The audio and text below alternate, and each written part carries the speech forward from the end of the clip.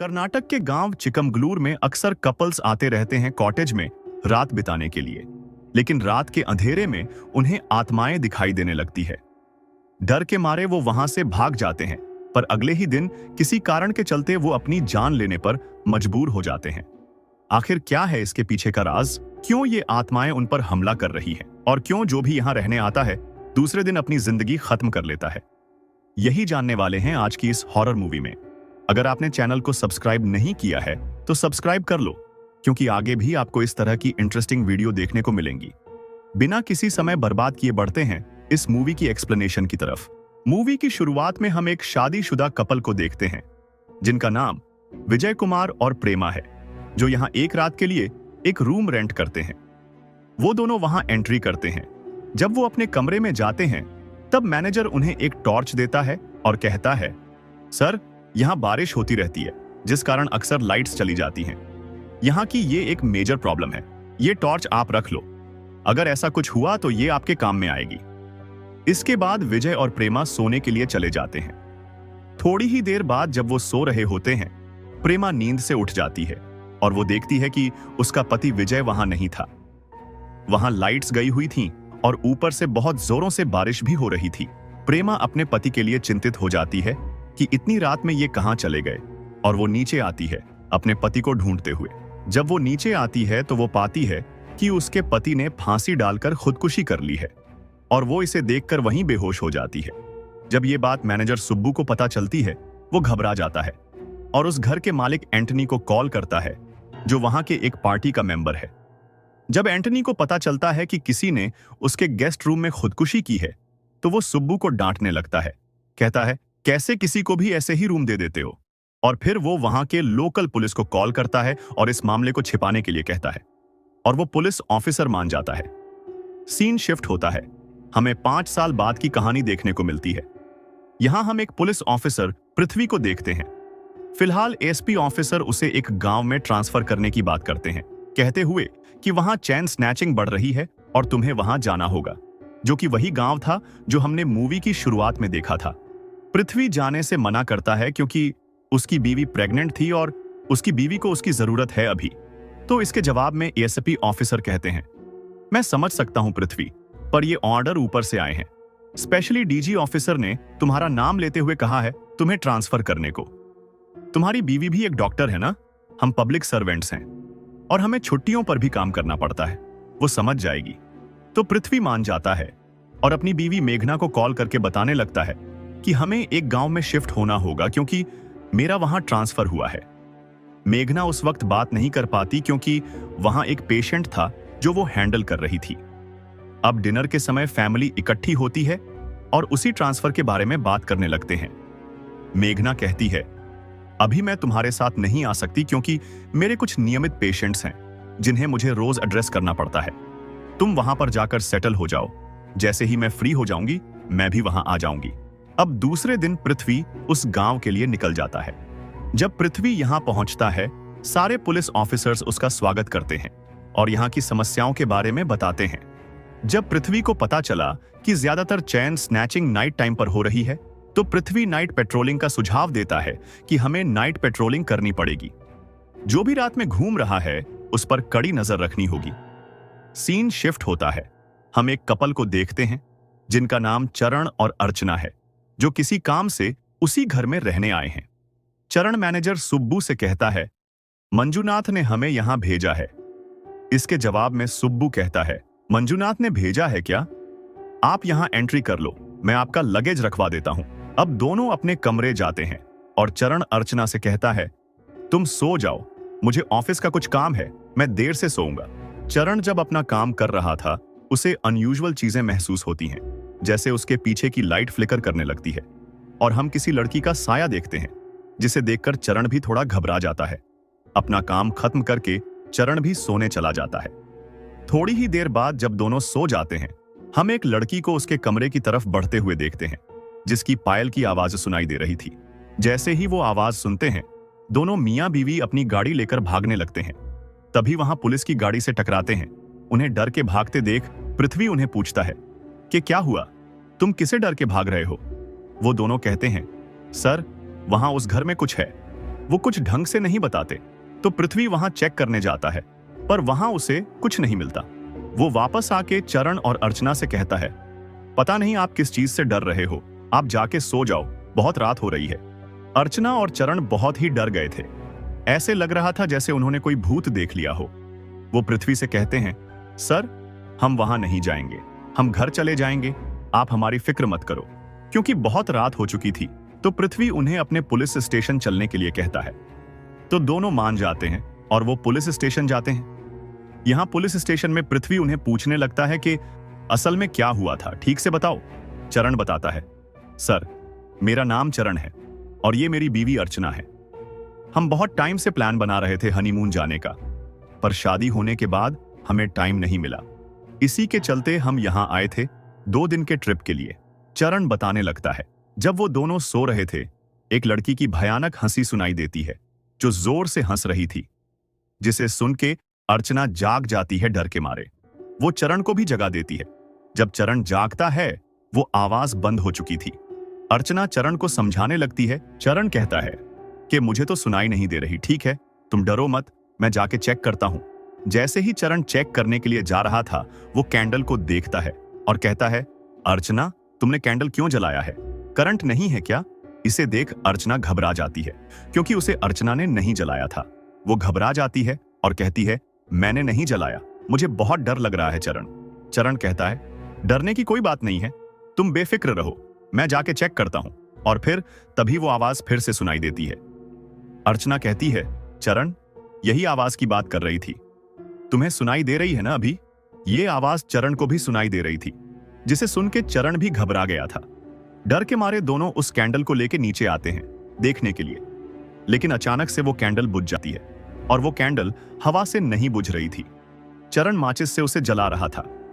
जैसे ही वो कैंडल को टेबल पर रखा और माचिस को जलाया, वहां कैंडल ही गायब हो गई थी। इससे पहले दोनों कुछ प्रोसेस करते, उन्हें एक लड़की दिखाई देती है जो कैंडल लेके उनके पास बढ़ रही थी। वो आई विल किल यू कहते हुए उनके पास बढ़ रही थी और उसकी आवाज भी काफी भयानक सुनाई दे रही थी।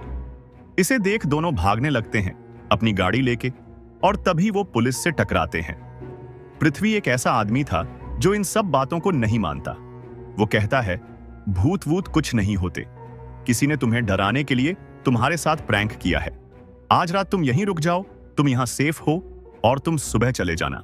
अब सुबह जब पृथ्वी पुलिस स्टेशन आता है, अर्चना और चरण घर जाने की बात करते हैं, पर उनका सामान, लैपटॉप, पर्स और कुछ चीजें वहीं रह गईं। ये सुनने के बाद पृथ्वी को कंफर्म होने लगता है कि वाकई में ये रॉबरी का चक्कर है। पृथ्वी कहता है, मुझे लगता है तुम्हें डरा के तुम्हारा सामान चोरी करने का प्लान बनाया है किसी ने। तुम मेरे साथ चलो, हम वहां इन्वेस्टिगेट करेंगे। जब वो वहां जाते हैं, उनका लैपटॉप, फोन और वॉलेट सारा वहीं था, जैसे उन्होंने रात को छोड़ा था, उसी हालत में पड़ा हुआ था। तभी वहां मैनेजर सुब्बू आता है और पूछने लगता है, सर, यहां कैसे आना हुआ आपका? पृथ्वी कहता है, आपके किराएदार ने पुलिस में कंप्लेंट की है कि यहां किसी ने उन्हें डराया है। तो इसके जवाब में सुब्बू कहता है, सर, आपको गलत फहमी हुई है, यहां ऐसे कोई कंप्लेंट पहले नहीं आई है। जाने से पहले चरण पृथ्वी को अपना कार्ड देता है, कहते हुए, सर, आप कभी बैंगलोर आओगे तो मेरे घर जरूर आना। अब दूसरे दिन पृथ्वी जब अपनी पत्नी के साथ अस्पताल में होता है, ऑफिसर अनंत पृथ्वी को कॉल करता है और बिजी होने के वजह से बात नहीं कर पाते।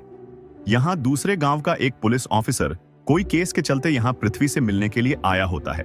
जब उसे पता चलता है कि पृथ्वी बिजी है, तो वो अनंत से कहता है, कोई बात नहीं, आप ही मेरे साथ चलो, हम इन्वेस्टिगेशन करते हैं। इसके जवाब में अनंत कहता है, कल पृथ्वी सर आ जाएंगे और इस केस को वही हैंडल करेंगे। अब दूसरे दिन रघवेंद्र उन्हें एंटनी कॉटेज का केस बताता है, जो वही कॉटेज के बारे में था और उसके विक्टिम के साथ भी वही हुआ था। लेकिन वहां से आने के दूसरे दिन से उसका पति मिसिंग था और उसकी पत्नी ने मैनेजर सुब्बू पर शक जताया है। इसे सुनने के बाद पुलिस ऑफिसर वहां फिर से इन्वेस्टिगेशन करने जाते हैं। जाते वक्त पुलिस स्टेशन में एक औरत एक बैग को लेकर झगड़ा कर रही थी। इसे देख पृथ्वी अनंत से पूछता है, अनंत, मुझे लगता है मैंने इस औरत को कहीं देखा है।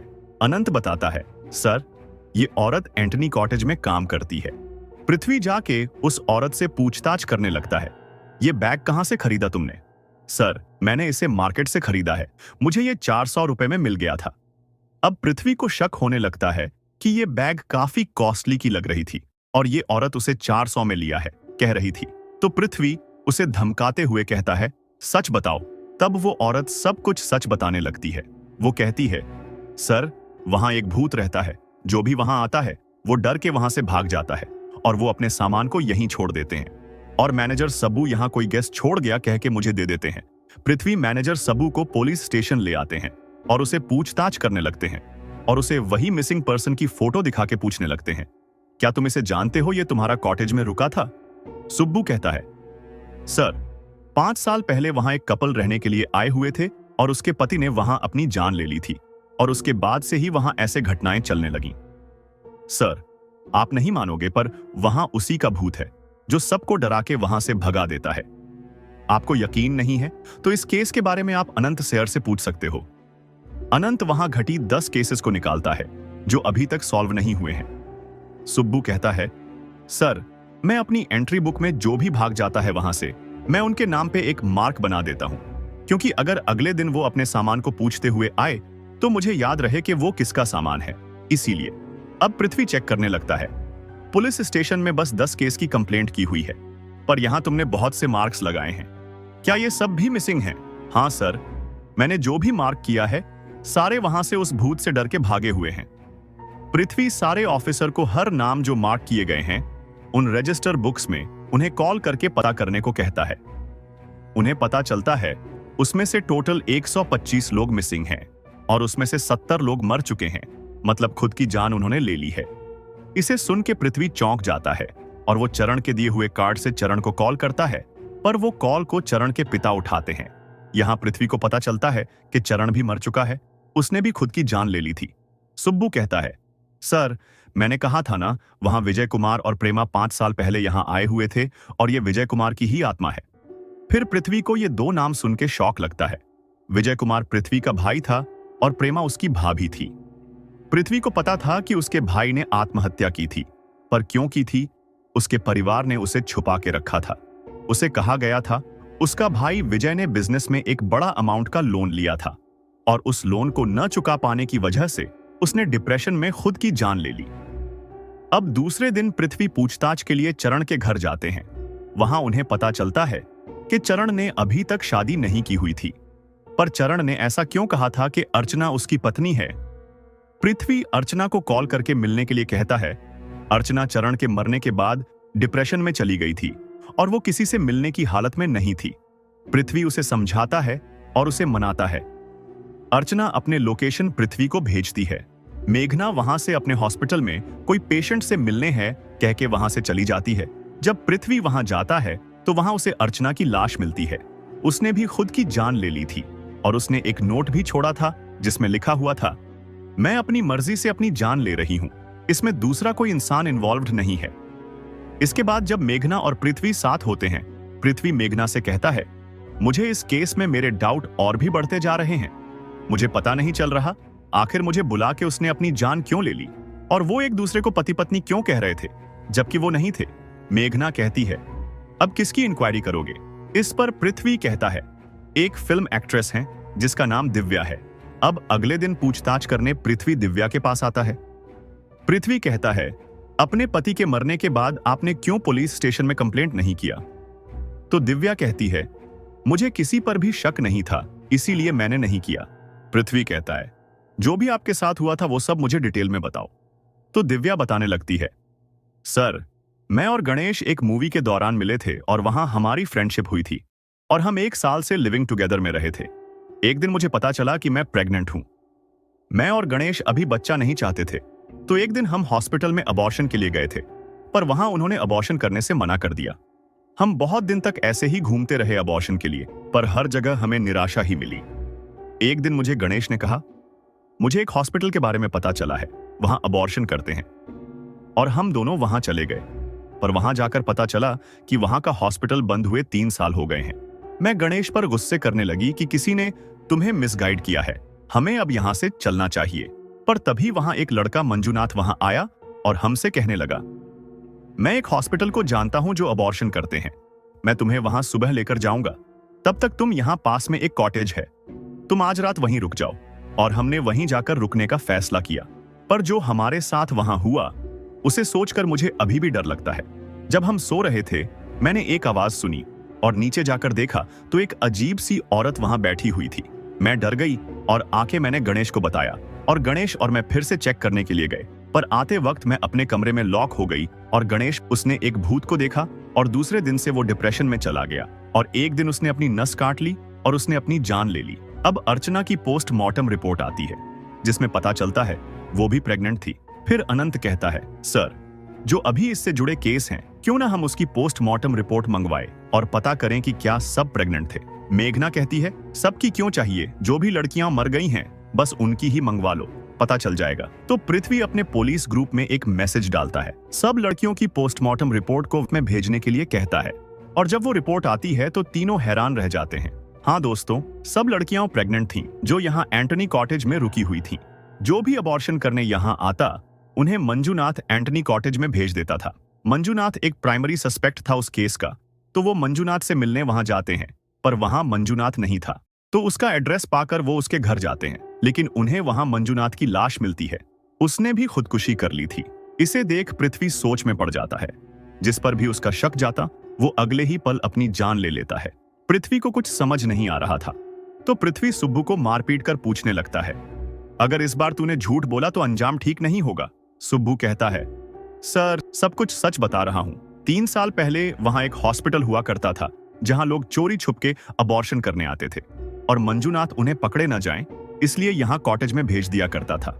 एक दिन वहां के डॉक्टर ने खुदकुशी कर ली और तब से हमारा धंधा मंदा हो गया। लेकिन मंजूनाथ को एक और हॉस्पिटल के बारे में पता था जहां अबॉर्शन होता था, तो फिर से वो लोगों को रहने के लिए यहां भेजने लगा और ऐसे करके हम पैसे कमाते थे। पर जब से विजय ने वहां अपनी जान ले ली थी तब से वहां जो भी आता विजय की आत्मा को देखकर डर के भाग जाता। इसके जवाब में पृथ्वी कहता है, एक मरे हुए इंसान के पीछे अपनी गलती छुपाना बंद कर और सच बता। सुब्बू कहता है, सच कह रहा हूं सर, जो भी मंजूनाथ लोगों को यहां लेके आता सिर्फ वही रात में डर के भाग रहे थे। मंजूनाथ को तो इस सब के बारे में कुछ नहीं पता।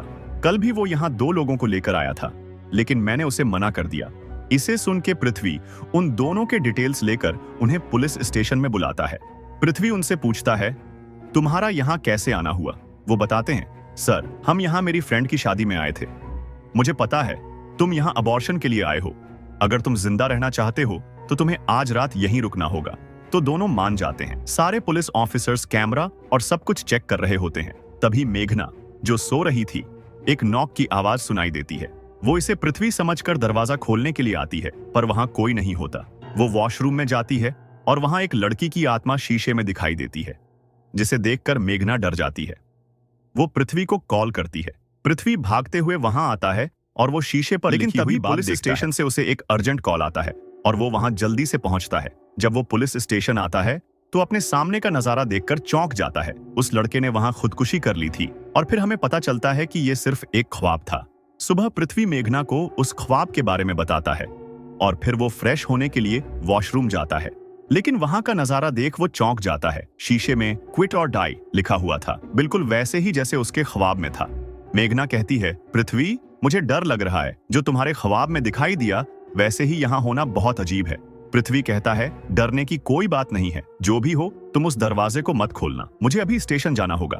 पृथ्वी स्टेशन पहुंचता है और उन कपल से कहता है, हाल ही में इस घटना से जुड़े बहुत से हादसे हो रहे थे, इसलिए मुझे आपको यहाँ रोकना पड़ा। मैं इसके लिए आपसे माफी मांगता हूँ। लड़की कहती है, कोई बात नहीं सर, आपने तो हमारी भलाई के लिए ही ये सब किया था। जब कपल वहां से निकल रहे थे तो उनकी गाड़ी स्टार्ट नहीं होती। पुलिस ऑफिसर्स उनकी मदद करने के लिए आगे आते हैं। कुमार गाड़ी अंदर से स्टार्ट करने की कोशिश कर रहा था और दूसरे ऑफिसर और अरविंद गाड़ी को पुश कर रहे थे, पर तभी अचानक से गाड़ी अपने आप ही तेजी से चलने लगती है और अरविंद पर चढ़ जाती है। अचानक से हुए इस हादसे को देख सब चौंक जाते हैं। तभी पृथ्वी की नजर कुमार पर पड़ती है, जो भयानक शैतानी हंसी हंस रहा था, जैसे किसी आत्मा ने उसे काबू में कर लिया हो। न्यूज चैनल्स पुलिस की कड़ी आलोचना करने लगते हैं। पृथ्वी को अब यकीन होने लगा कि ये एक आत्मा है जो सभी को मार रही है। गुस्से में वह घर पर अपने भाई की फोटो तोड़ देता है और कहता है, ये सब तुमने किया है। मेघना कहती है, हमें एक तांत्रिक को बुलाना होगा। तुम्हें अपने सीनियर ऑफिसर से परमिशन लेनी होगी। अगले दिन पृथ्वी और मेघना सीनियर ऑफिसर से मिलते हैं और इस केस में पृथ्वी एक तांत्रिक को बुलाता है जिसका नाम जोसेफ फर्नांडिस था। रात के समय सभी एंटनी कॉटेज जाते हैं और वहां फादर जोसेफ ऊपर जाकर चेक करते हैं। जब वह वापस आते हैं, ऑफिसर्स पूछते हैं, क्या वहां वाकई में भूत है? जोसेफ फर्नांडिस कहते हैं, नहीं। वह और कुछ नहीं कहते, बस वहां से चले जाते हैं कहते हुए, हम कल बात करेंगे। अगले दिन मेघना परेशान होती है क्योंकि सुबह बिना बताए पृथ्वी कहीं चला गया था। मेघना पृथ्वी को कॉल करती है। पृथ्वी कहता है, फादर जोसेफ ने खुदकुशी कर ली है। इसे सुनकर मेघना चौंक जाती है। जब पृथ्वी वापस घर आता है, मेघना कहती है, पृथ्वी तुम इस केस को ड्रॉप कर दो, हम बैंगलोर वापस चले जाते हैं। मुझे बहुत डर लग रहा है, मैं तुम्हें खोना नहीं चाहती। मुझे सुराग मिला है, वहां मुझे एक सबूत मिला जिसमें तुम्हारी तस्वीर थी और अब मुझे यकीन है कि इन सब के पीछे तुम्हारा ही हाथ है। मेघना हैरान होकर कहती है, तुम ये कैसी बात कर रहे हो? लगता है फादर जोसेफ के मरने के बाद तुम्हारा दिमाग खराब हो गया है। पृथ्वी कहता है, मैंने झूठ कहा था। फादर जोसेफ अभी भी जिंदा हैं। वे तांत्रिक नहीं हैं, बल्कि एक साइकाइट्रिस्ट डॉक्टर हैं। तुम्हें लग रहा होगा कि मुझे ये सब कैसे पता चला? पृथ्वी आगे कहता है, जब मैंने वॉशरूम के शीशे पर वो शब्द देखे तभी से मुझे शक होने लगा था। वो तुम्हारी ही हैंडराइटिंग है। जब मैं सीसीटीवी फुटेज चेक कर रहा था तो मैंने देखा कि कुमार ने रात में उन कपल की गाड़ी की हेडलाइट्स ऑन कर दी थी ताकि बैटरी खाली हो जाए। जब मैंने उसे मार पीट कर सच्चाई उगलवाई तो उसने बताया कि तुमने उसे इस काम के लिए 5 लाख दिए हैं। और जब अनंत ने कहा कि क्यों ना हम सारी पोस्टमार्टम रिपोर्ट्स चेक करें, तो तुमने सिर्फ लड़कियों की रिपोर्ट मंगवाने पर जोर दिया क्योंकि उन मौतों के पीछे तुम्हारा हाथ नहीं था। और यहां तक कि मेरे भाई को भी तुमने ही मारा है। ये सब तुमने क्यों किया मेघना? बताओ।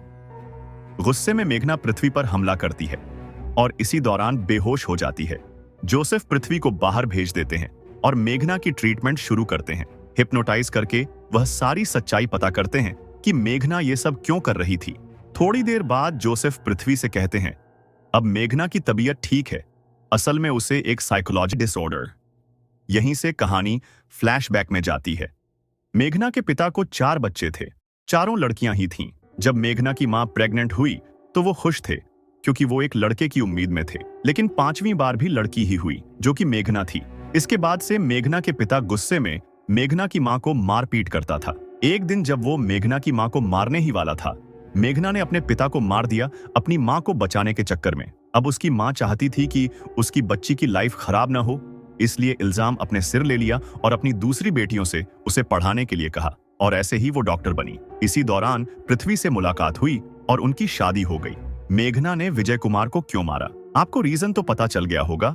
उसे एक बचपन का ट्रॉमा था। विजय कुमार को एक बेटी थी।